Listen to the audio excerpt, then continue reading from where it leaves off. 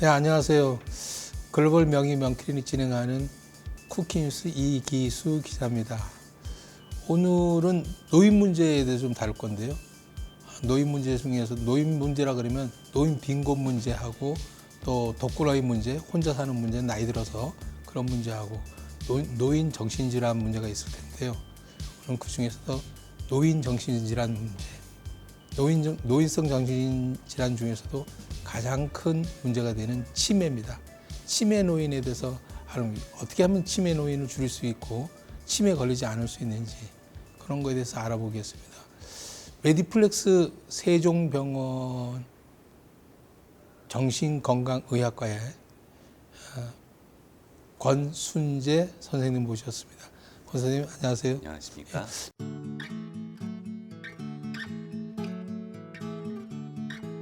정신건강의학과 중에서도 노인정신의학을 전공을 하셨어요.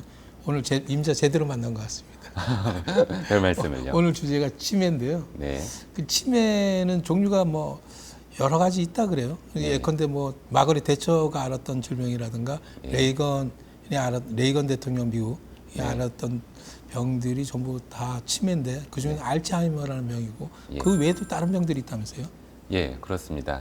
일반적으로 치매라고 하면 알츠하이머병으로 인한 치매를 생각하는 경우가 많고 실제로 알츠하이머병으로 인한 치매가 55에서 한 70% 정도를 차지하기도 하지만 그 외에도 혈관성 치매 그리고 움직임에 문제가 생기는 파킨슨성 치매와 루이소체 치매 그리고 약간 수가 더 적긴 하지만 여러 가지 또 언어라든지 성격의 문제를 일으키는 전두 측두엽 치매 등이 있고 그 외에도 뇌종양이라든지 수두증 아니면은 뭐 대사성 문제로 생기는 여러 가지 총 10여 개 이상의 치매를 통틀어서 우리는 치매라고 합니다.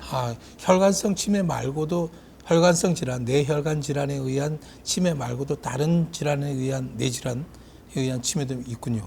그렇습니다. 파킨슨병하고 또 뇌수종? 예, 뇌수종으로 인한 치매. 뇌종양도 그러면 치매를 일으킬 수 있습니까? 그렇습니다. 뇌종양도 부위에 따라서 다르지만 뇌종양이 이제 뇌의 특정 부위를 손상을 시키면은 이것이 이제 일상생활에서 여러 가지 인지 기능과 성격 문제를 일으키는 뇌종양으로 인한 치매 증상을 일으키기도 합니다.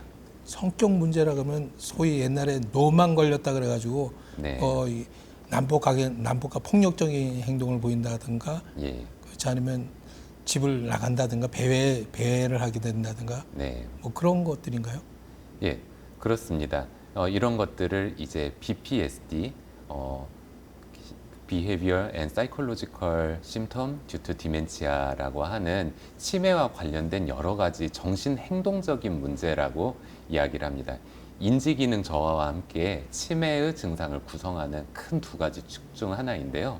가장 대표적인 문제가 환각과 망상 등의 이제 없는 소리를 듣거나 없는 것들을 보게 되거나 또는 도저히 현실이 아닌 믿음을 믿고 강하게 집착을 하거나 또는 평소 때 굉장히 온화하던 사람이 충동적이 되는 이런 성격 문제 등등이 있습니다. 그리고 치매를 치료할 때 눈여겨봐야 될 증상 중 하나죠.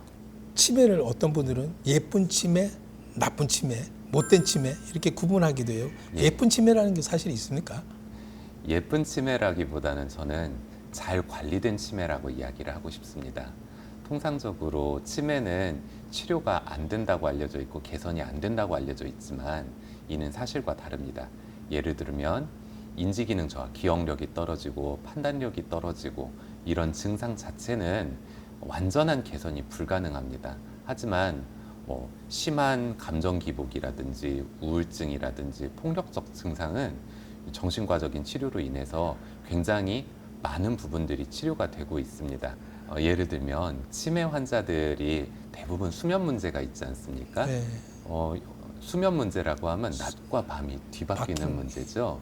그런데 환자분들이 밤에 잠을 못 자면은 낮 동안에는 굉장히 힘이 없어하고 밤중에는 이제 굉장히 상황에 안 맞는 말씀을 하면서 뭐 이사를 간다고 이제 짐을 다 풀어놓거나 아니면 사람들을 깨우거나 아니면은 문 밖으로 나가셔가지고 배회를 해버리는 이런 증상이 있는데 이런 증상들은 오히려 약을 쓰면 야간에 수면을 잘 취하게 되고 낮 동안에 오히려 더 좋은 인지 기능과 안정된 상태를 가지시게 됩니다.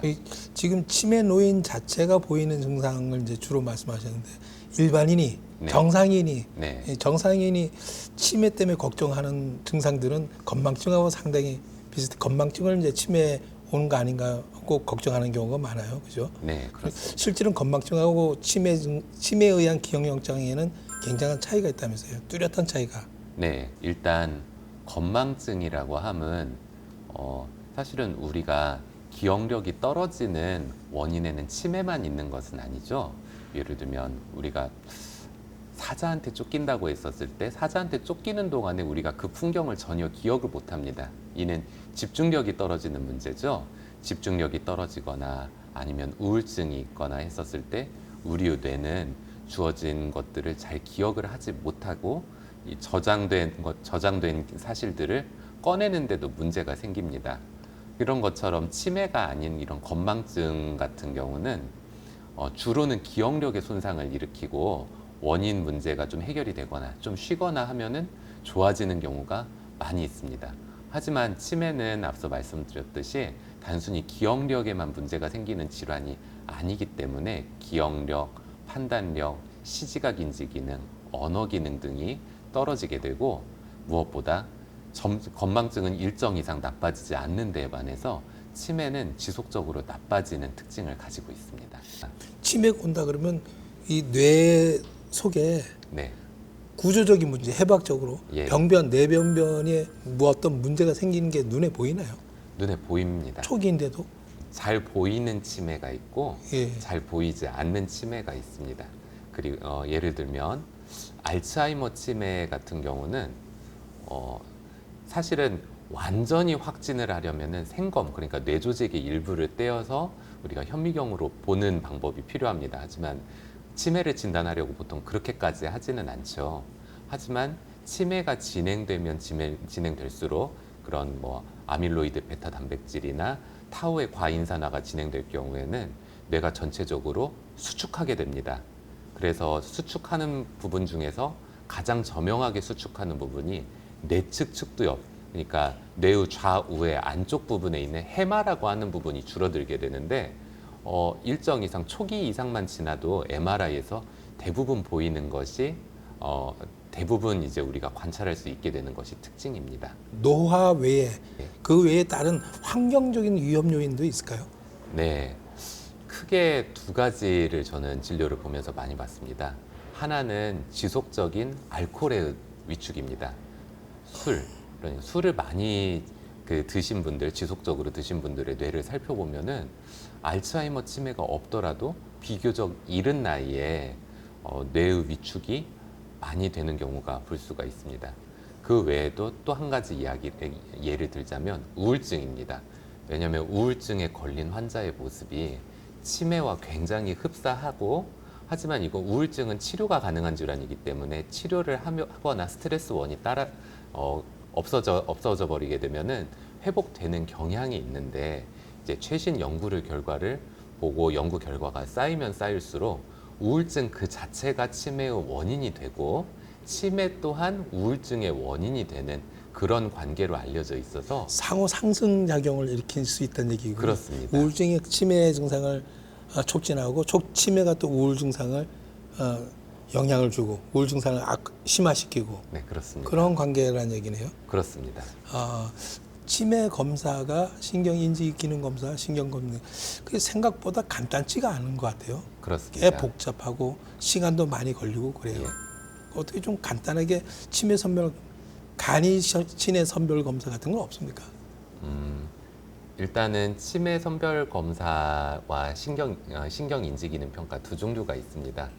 쉽게 이야기를 하면은 제가 이제 실제로 치매 안심센터에서 촉탁이로 일을 하는데, 치매 선별 검사는 그물 같은 겁니다.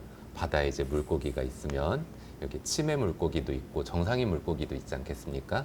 근데 우리가 그 모든 사람들을 다 치료를 하고 싶지만 모든 사람들을 치료하기에는 검사를 하기에는 시간이 부족하죠. 그래서 우리는 MMSE 그리고 CDR이라고 하는 치매 선별 검사를 통해서 그물을 던져서 검사가 몇 점 이하 되시는 분들을 의사에게 이제 진료를 받게 합니다.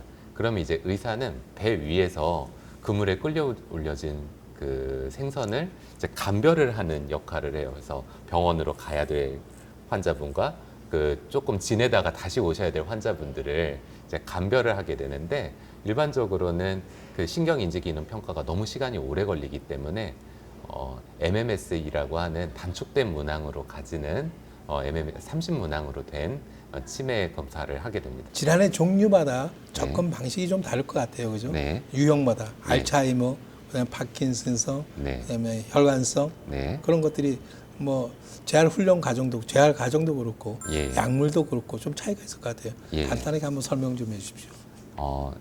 일단 가장 흔한 치매인 알츠하이머병으로 인한 치매에서는 가장 중요한 약물이 이제 콜린 분해 요소 억제제, 가장 아리셉트라고 하면 이게 굉장히 유명한 약물이죠. 도네페질과 리바스티그민과 같은 콜린 분해 요소 억제제를 사용을 하게 됩니다. 이건 불행히도 아직까지 치매의 원인을 근본적으로 치료하는 약물은 아닙니다만 치매로 인한 인지기능의 변화를 늦춰주는 효과가 있죠. 반면에 혈관성 치매와 같은 경우는 아리셉트와 같은 콜린 분해 요소 억제제와 같은 약들이 효과가 떨어지는 것으로 알려져 있고 논란의 여지가 많습니다. 그리고 혈관성 치매 같은 경우는 원인이 확실한 경우가 많죠. 뇌경색이 있거나 뇌출혈이 있거나 그랬을 경우에 이런 경우는 예방을 하는 게 중요하고 예방률이 굉장히 높습니다. 뭐 고혈압이나 고지혈증이나 아니면 항혈소판제제를 드시면은 다음번에 재발할 확률이 줄어들기 때문에 그 혈관성 치매와 같은 경우는 그 2차적인 재발이 일어나지 않도록 예방을 하는 치료가 중요하고 손상받은 부위에 대한 재활 치료가 굉장히 중요하게 됩니다. 수명의 단축 효과, 단축이라든가 뭐 이런 수면 연장 효과 영향은 안 미칩니까? 간접적으로는 영향을 미친다고 생각을 합니다. 알츠하이머 치매 같은 경우는 좀 단순하게 이야기하면 초기, 중기, 말기로 나뉘는데 초기에는 거의 보통 사람하고 차이가 없고 새롭게 기억하는 능력만 문제가 생기지만 중기에는 이제 옷을 입는 거라든지 주변 자기 일상생활을 하는 것들이 줄어들고 정신행동 증상 때문에 주변으로부터 고립되기 때문에 그때부터는 영양 부족이라든지 감염에 취약해지게 됩니다. 그러다가 고도치매로 가면은 움직임이 굉장히 줄어들고 활동량이 줄어들기 때문에 이와 관련된 여러 가지 사람이 이제 걸음만 못 걷고 와상 상태가 되면 수명이 급속도로 줄어들지 않습니까? 그렇기 때문에 결과적으로 치매에 대한 치료는 수명의 연장이라고도 볼 수가 있겠습니다. 그렇게 되겠네요. 예. 화상 상태를 늦추기 위해서는 재활 훈련이 중요하겠군요. 그렇습니다. 이쪽 치매 쪽이 치매 재활이라 그러면 어떤 형태로 해주는 거예요? 뭐 그림 그리기 수작업, 뭐 말 훈련 뭐 이렇게 갑니까? 어떻게 합니까? 네. 치매 인지 재활은 비교적 최근에 대두되기 시작한 거고 최근에 와서야 이제 여러 가지 시설에서 이제 시도를 하고 있습니다. 그런데 이제 재활이라고 하는 건 기본적으로 잃어버린 능력을 되찾는 것이지 않습니까? 치매 환자가 잃어버린 능력, 그러니까 일상생활을 유지하는 능력이죠. 그래서 처음에는 사람들이 뭐 앉아서 문제를 풀게 하거나 지적인 활동을 시키는 것이 중점을 두었습니다. 하지만 요즘은 최근 연구 결과에 따르면 집안에만 있지 말고 사람들과 한데 어울려서 웃고 떠들고 기뻐하고 여러 가지 활동을 같이 하고 여러 가지 신체 활동을 같이 하는 것이 이상적인 치매에 대한 재활 활동이라고 여겨지게 됩니다. 지금 계양구나 많은 지역사회에서 주간보호센터라든지 인지재활센터를 운영하고 저도 그중 하나를 맡고 있습니다만은 저도 한 가지 반성을 한 게 저는 예전에는 진료가 진료실에서만 끝난다고 생각을 했었습니다. 하지만 치매 환자분들이 정말로 집에서 하루 종일 가만히 계시던 분들이 다른 노인분들하고 어울려서 춤추고 노래하고 하다못해 그 한 구석에 존재하기만 해도 기능이 확 달라지는 거를 실제로 느낄 수가 있었습니다. 그 돌보는 가족들도 거의 정신 상태가 공황 상태가 돼. 네. 거의 뭐 그래가지고 이게 처음에는 뭐 어느 정도 걸리다가 시간이 좀 그게 몇 달, 3개월, 열흘, 6개월 이렇게 1년 넘어가게 되면 네. 다 지쳐가지고 예. 같이 환자가 되는 것 같은 그런 느낌이 들어요. 그렇습니다. 그걸 어떻게 그런 문제는 어떻게 해결해야 될까요? 제가 중요하게 여기는 것은 첫째로는 아직까지 치매 환자분에 대한 정신행동 증상, 이런 난폭하고 망상이 있는 이런 부분에 대한 치료를 사람들이 많이 받으러 안 오고 있습니다. 그래서 저희와 같은 치매 전문 센터에서 많이 홍보하고 있죠. 그래서 정신행동 증상은 분명히 인지기능 저하보다는 치료에 대한 효과를 더 잘 볼 수가 있는 증상입니다. 향정신 약물을 투여하면 좋아진다. 그렇습니다.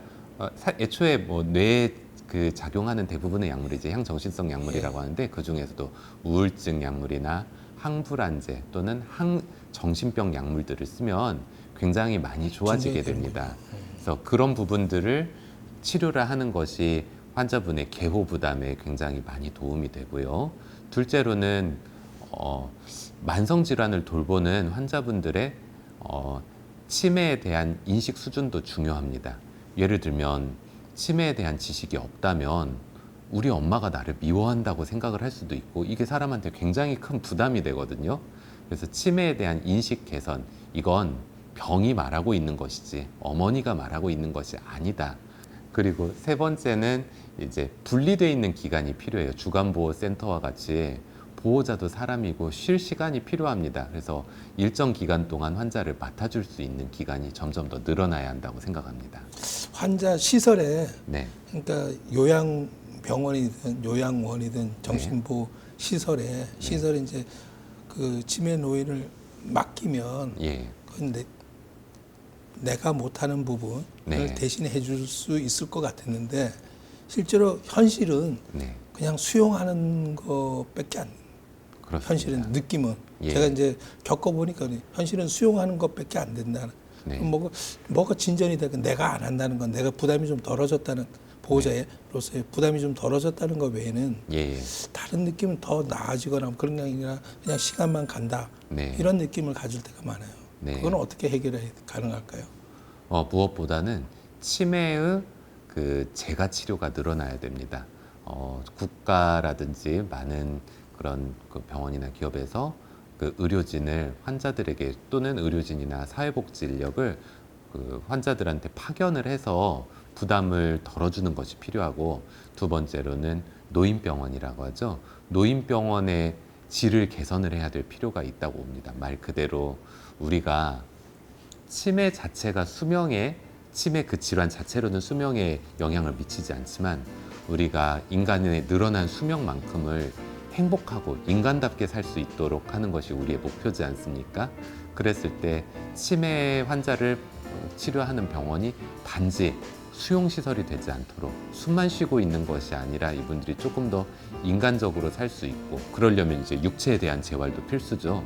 그럴 수 있도록 이 병원들의 질 관리를 조금 더 확실하게 하는 것이 중요하다고 생각합니다.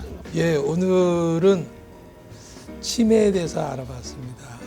치매에 대해서 좋은 말씀해 주신 권순재 선생님한테 다시 한번 감사드립니다. 고맙습니다. 오늘 네, 감사합니다. 시간 내주셔서 고맙습니다. 네.